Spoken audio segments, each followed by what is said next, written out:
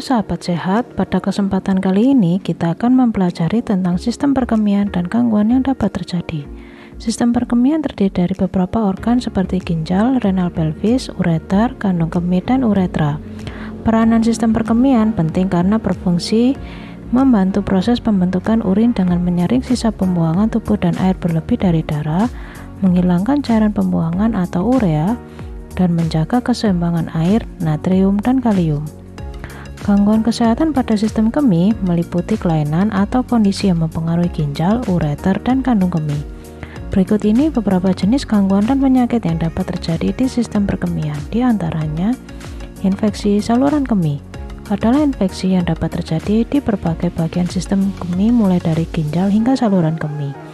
Dengan gejala di antaranya area genital terasa terbakar saat buang air kecil, seringnya buang air kecil, nyeri di punggung atau perut bagian bawah, urin berdarah atau berwarna gelap, kelelahan atau gemetar, dan demam maupun kedinginan. Batu saluran kemih. Terbentuknya batu di sistem kemih seperti batu ginjal, batu ureter, atau batu kandung kemih yang dapat menyumbat aliran urin dan menimbulkan penyakit. Inkontinensia urin. Kondisi ketika fungsi otot atau syaraf pada kandung dan saluran kemih mengalami gangguan sehingga tidak dapat mengendalikan proses buang air kecil. Contohnya tiba-tiba mengompol terutama saat batuk atau bersin. Uretritis adalah peradangan pada uretra karena infeksi bakteri di saluran kemih sehingga menimbulkan nyeri dan dorongan untuk sering buang air kecil. Sindrom nefrotik adalah kelainan ginjal yang menyebabkan kadar protein dalam urin meningkat yang disebabkan riwayat infeksi dan peradangan. Hal ini ditandai dengan urin berbusa, kelelahan, tidak nafsu makan, serta bengkak di kaki dan wajah. Sindrom nefritik adalah pembengkakan atau peradangan pada ginjal yang menyebabkan nyeri panggul, seringnya buang air kecil dan nyeri, urin keruh atau kemerahan, sakit pinggang atau perut, serta bengkak di wajah dan kaki.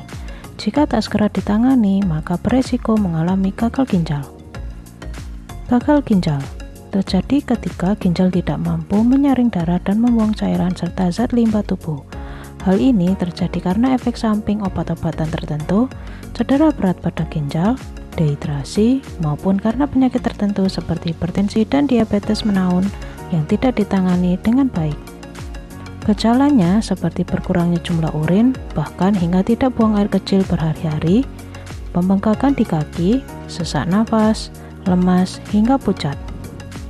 Penyebab terjadinya gangguan pada sistem perkemihan diantaranya infeksi bakteri akibat bakteri E. coli, penumpukan mineral pada urin, hilangnya kendali pada otot kandung kemih akibat berbagai faktor seperti faktor usia, infeksi, turunnya kandung kemih, cacat lahir, tumor, batu saluran kemih, batuk menaun, gangguan prostat pada pria, serta menopause dan persalinan pada wanita.